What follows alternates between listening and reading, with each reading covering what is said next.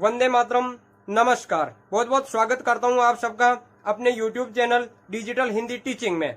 आप इस चैनल को सब्सक्राइब करके घंटी का बटन दबा लें ताकि आपको आने वाले हर वीडियो का नोटिफिकेशन प्राप्त होता रहे, आपको हर वीडियो मिलता रहे। चलिए अब वीडियो को लाइक कर दीजिए और अब हम शुरू करते हैं आज का वीडियो। हम पढ़ रहे हैं कक्षा 7 की हिंदी पाठ्य पुस्तक वसंत और इस पाठ्य पुस्तक का 10वां पाठ अपूर्व अनुभव। अपूर्व का अर्थ है जैसा पहले कभी नहीं हुआ ऐसा अनुभव। ये संस्मरण है जो कि जापानी भाषा में लिखा गया है और इसके लेखक है तेत्सुको कुरियानागी। इस संस्मरण का हिंदी में अनुवाद किया गया और हिंदी में ही नहीं वरन विश्व की कई भाषाओं में अनुवाद किया गया। ये संस्मरण बच्चों के अनुभवों पर आधारित पुस्तक तोतो-चान जो कि जापानी भाषा में लिखी गई है, जापान के लेखक है, उसी का अंश है, हिंदी में अनुवाद किया गया है। तो चलिए अब हम पढ़ते हैं। सभागार में शिविर लगने के 2 दिन बाद तोतो-चान के लिए एक बड़ा साहस करने का दिन आया। इस दिन उसे यासुकी-चान से मिलना था। सभागार यानी सभा भवन और शिविर का अर्थ होता है कैंप या डेरा, जैसे सेना का डेरा लगना, सेना का कैंप लगना। तो यहाँ बच्चों के स्कूल की बात है कि बच्चों के स्कूल के सभागार में, सभा भवन में शिविर लगा, कैंप लगा और उस कैंप के 2 दिन बाद तोतो-चान, ये एक लड़की का नाम है, जापानी लड़की है, तोतो-चान के लिए एक बड़ा ही साहस करने का दिन आया। बड़ा दिन आया, उसके लिए बड़ा दिन था। क्या कि इस दिन, कौन से दिन? 2 दिन बाद, सभागार के कैंप के 2 दिन बाद उसे यासुकी-चान से मिलना था। यासुकी-चान एक लड़के का नाम है जो कि विकलांग है। ये विकलांग लड़का है, पोलियोग्रस्त है, पोलियो की बीमारी हो गई थी इसको, विकलांग है। तो 2 दिन बाद में तोतो-चान इस लड़की को यासुकी-चान इस विकलांग लड़के से मिलना था। इस भेद का पता न तो तोतो-चान के माता पिता को था न ही यासुकी-चान के माता पिता को। इस बात का पता कि ये जो तोतो-चान है इस यासुकी-चान से 2 दिन बाद मिलेगी, इस बात का, इस भेद का, यानी भेद यानी रहस्य, वह बात जो कि किसी को बताई नहीं थी। न तो तोतो-चान उस लड़की के माता पिता को पता थी और नहीं यासुकी-चान के माता पिता को यह बात पता थी। कौन सी बात की है? जो तोतो-चान है 2 दिन बाद यासुकी-चान से मिलेगी। उसने यासुकी-चान को अपने पेड़ पर चढ़ने का न्योता दिया था। किसने? तोतो-चान ने, इस लड़की ने। जो यासुकी-चान विकलांग लड़का है, इस विकलांग लड़के को कहा कि तू आना और जो मेरा पेड़ है, जो बच्चे वहां पर जापान में बच्चे किसी न किसी पेड़ को अपना पेड़ मानते हैं, खुद का पेड़ मानते हैं और उसी पर चढ़ते हैं। तो ये जो विकलांग लड़का था इसका कोई पेड़ था नहीं क्योंकि विकलांग था और ना उस पर चढ़ सकता था। तो तोतो-चान ने, इस लड़की ने इस लड़के को बुलाया कि तू मेरे पेड़ पर चढ़ना। तो न्योता दिया यानी आमंत्रण दिया कि तू आना और उस मेरे पेड़ पर चढ़ना। तोमोई में हर एक बच्चा बाग के एक एक पेड़ को अपने खुद के चढ़ने का पेड़ मानता था। तोमोई जो कि जापान का शहर है, तो वहां का, उस जापान के शहर का हर बच्चा, तोमोई में रहने वाला हर एक बच्चा बाग में एक एक पेड़ को अपने खुद का चढ़ने का पेड़ मानता था। सबने फिक्स कर लिया, ये पेड़ मेरा, ये पेड़ मेरा, ये पेड़ मेरा, ये पेड़ मेरा। उस पेड़ पर फिर कोई नहीं चढ़ता, वह पेड़ उसी बच्चे का माना जाता। तोतो-चान का पेड़ मैदान के बाहरी हिस्से के कुहोनबुत्सु जाने वाली सड़क के पास था। ये जापान का शहर है। ये जो तोतो-चान है, इस लड़की का पेड़ कहां पर था? ये जो मैदान है, मैदान के बाहर की ओर था। बाहरी हिस्सा यानी भाग, बाहर के भाग में था। जो कौन सी सड़क के पास था? कुहोनबुत्सु जाने वाली सड़क के पास में ये इस तोतो-चान का पेड़ था और इसका पेड़ बड़ा सा पेड़ था। उस सड़क के पास था, बड़ा सा पेड़ था उसका। चढ़ने जाओ तो पैर फिसल जाते हैं। अब बड़े पेड़ पर चढ़ो तो पैर तो फिसलेंगे भाई। तो बड़ा पेड़ है तोतो-चान का, इस पर चढ़ने के लिए जाओ तो आसानी से चढ़ नहीं पाते, पैर फिसलते हैं। पर ठीक से चढ़ने पर जमीन से कोई 6 फुट की ऊंचाई पर एक द्विशाखा तक पहुंचा जा सकता था। यानी अगर ठीक से चढ़े पेड़ पर या तो फिसल जाएंगे क्योंकि पेड़ बड़ा था, और अगर जो ट्रेंड आदमी हो तो वह चढ़ सकता है। और चढ़े तो भी कोई ज्यादा ऊंचा नहीं था, जमीन से 6 फुट की ऊंचाई पर एक द्विशाखा यानी पेड़ की एक और शाखा निकल रही थी। वह शाखा का कितनी ऊंची थी? जमीन से 6 फुट ऊंची थी। पेड़ की एक और डाली निकल रही थी, द्विशाखा यानी दूसरी शाखा, पेड़ की जो मूल तना है उससे निकलने वाली दूसरी शाखा। तो वह दूसरी शाखा कितनी ऊंची थी? जमीन से 6 फुट ऊंची थी। बिल्कुल किसी झूले की आरामदेह जगह थी। यह ऐसा लगता था जैसे बिल्कुल किसी झूले, कोई झूला हो, झूले के समान आराम देने वाली ये जगह थी जो द्विशाखा थी। ये जो द्विशाखा थी, पेड़ की दूसरी डाली, ये डाली कैसी बनी हुई थी? बिल्कुल ऐसे झूले के समान बनी हुई थी जो आराम देती हो। तोतोचान, ये जो लड़की है तोतोचान, ये लड़की है तोतोचान, ये जो लड़की तोतोचान है, ये लड़की अपने पेड़ पर हमेशा, ये जो इसका पेड़ है तोतोचान अक्सर खाने की छुट्टी में अर्थात लंच में, दोपहर की छुट्टी में, ये जो लड़की है दोपहर की छुट्टी में अपने पेड़ के पास पहुंच जाती। दोपहर के समय, खाने के समय स्कूल के बाद ऊपर चढ़ी मिलती। दोपहर की छुट्टी में भी ये अपने पेड़ पर ही मिलती और स्कूल की छुट्टी होने के बाद भी अपने ही पेड़ पर जाकर बैठी रहती, वहां पर मिलती। वहां से वह सामने दूर तक ऊपर आकाश को या नीचे सड़क पर चलते लोगों को देखा करती थी। पेड़ पर बैठ जाती, उस डाली पर, द्विशाखा पर जो झूले की तरह बनी हुई थी, उस पेड़ पर बैठ जाती और वहां से दूर तक आकाश को देखती रहती। ओहो देखो आकाश कहां तक जाकर धरती से मिल रहा है, जहां तक देखो आकाश ही आकाश दिखाई दे रहा है। या तो आकाश को देखती रहती या फिर पेड़ पर बैठकर जो नीचे सड़क पर लोग गुजरते हैं उन लोगों को देखा करती। ओह भाई आज तो क्या मेला है क्या, इतने लोग कहां जा रहे हैं। ये उसका दोस्त है यासुकी चान, जो कि पोलियोग्रस्त है, विकलांग है। बच्चे अपने अपने पेड़ को निजी संपत्ति मानते थे। उस शहर के बच्चे अपने अपने पेड़ को निजी संपत्ति यानी खुद की ही संपत्ति मानते थे कि ये पेड़ तो मेरा ही है, ये मेरी ही संपत्ति है, इस पेड़ पर कोई दूसरा नहीं चढ़ सकता। किसी दूसरे के पेड़ पर चढ़ना हो तो उससे पहले पूरी शिष्टता के साथ, पूरी शिष्टता से कहना पड़ता था, क्या माफ करिए, क्या मैं अंदर आ जाऊं, ये पूछना पड़ता था। देखो बच्चे हर पेड़ को, उस पेड़ को जो जिसने निश्चित कर लिया कि ये पेड़ मेरा है, उसे फिर अपनी ही संपत्ति मानते थे।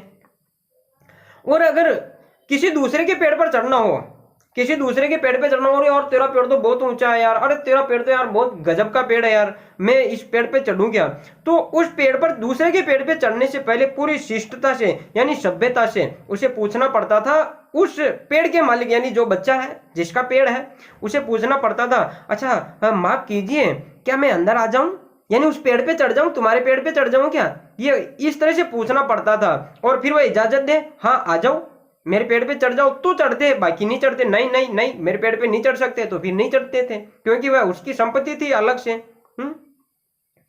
तो तभी वह दूसरों के पेड़ पे चढ़ पाते थे। यासुकी चान को पोलियो था, पोलियो की बीमारी थी। पोलियो में क्या होता है, हाथ पैर कमजोर रह जाते हैं, पूर्ण शरीर का पूरा विकास नहीं हो पाता है। तभी तो आजकल हमें पोलियो से मुक्त करने के लिए पोलियो की दवाई पिलाई जाती है 0 से 5 वर्ष के बच्चे को, 0 यानी जिस दिन पैदा हुआ उस दिन से लेकर 5 साल के बच्चे को। तो यासुकी चान, ये जो लड़का, ये पोलियोग्रस्त था, पोलियो की बीमारी थी इसको, इसलिए वह न तो किसी पेड़ पर चढ़ पाता था क्योंकि विकलांग है, उसका शरीर ही काम नहीं देता, कैसे चढ़ेगा, और नहीं किसी पेड़ को निजी संपत्ति मानता था। वह स्वयं अपना पेड़ किसी को नहीं मानता था, क्योंकि वह पेड़ हो तो फिर उस पर चढ़ने कैसे, तो विकलांग है, तो ना तो किसी पेड़ पे चढ़ पाता था क्योंकि विकलांग है, और चढ़ नहीं पाता था, इसलिए उसने किसी पेड़ को अपना नहीं बनाया। अतः तोतोचान ने उसे अपने पेड़ पर आमंत्रित किया था, इसलिए क्योंकि विकलांग है और कभी पेड़ पर नहीं चढ़ पाया, तो इसलिए ये जो तोतोचान, ये लड़की है, इसने उस पर दया करके अपने पेड़ पर बुलाया कि तू आना, मैं मेरे पेड़ पे चढ़ना भाई, क्योंकि तुम्हारा पेड़ तो कोई है नहीं। पर यह बात उन्होंने किसी को नहीं कही, क्योंकि अगर बड़े सुनते तो जरूर डांटते।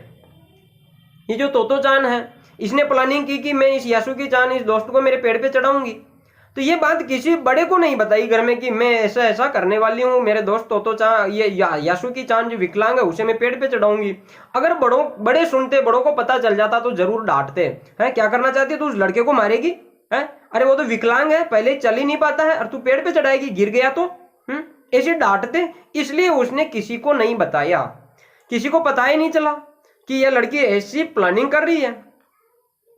घर से निकलते समय तोतोचान ने माँ से कहा कि वह यासुकी चान के घर डेनेन चोफू जा रही है।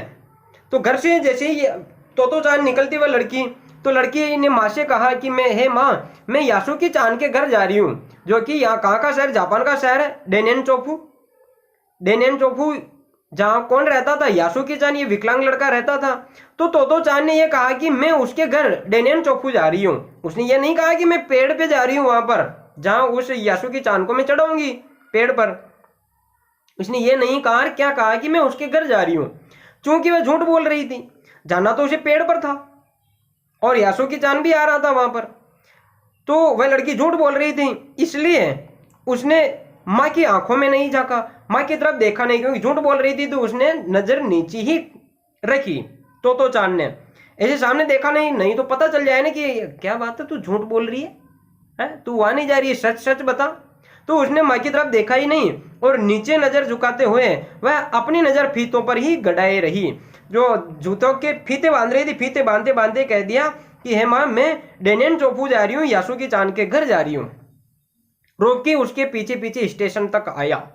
रोकी घर का नौकर होगा या कोई आदमी होगा, तो वह तोतो चान को पहुंचाने के लिए उसके पीछे पीछे स्टेशन तक आया। जाने से पहले उसे सच बताए बिना तोतो चान से रहा नहीं गया। किससे? रोकी से। रोकी आया था ना उसे छोड़ने के लिए तोतो चान को, तो तोतो चान से बताए बिना रहा नहीं गया कि अरे यार रोकी, मैं वहां नहीं जा रही हूँ, यासुकी चान के घर नहीं जा रही हूँ, मैं यासुकी चान को अपने पेड़ पर चढ़ाने वाली हूँ। उसने बताया। किसने? तोतो चान ने। तोतो चान ने सच किसको बता दिया? रोकी को बता दिया। रोकी, तू घर पे मत कहना, माँ को मत कहना, मैं कहाँ जा रही हूँ, अपने पेड़ पर जा रही हूँ, और वहां यासुकी चान को, उस विकलांग लड़के को मैं पेड़ पे चढ़ाऊंगी, ये बात घर पर मत कहना, मैं तेरे को बता देती हूँ। जब तोतो चान स्कूल पहुंची तो रेल पास उसके गले के आसपास हवा में उड़ रहा था। रेल पास यानी रेल में जाने का पास बना होता है, वह पास।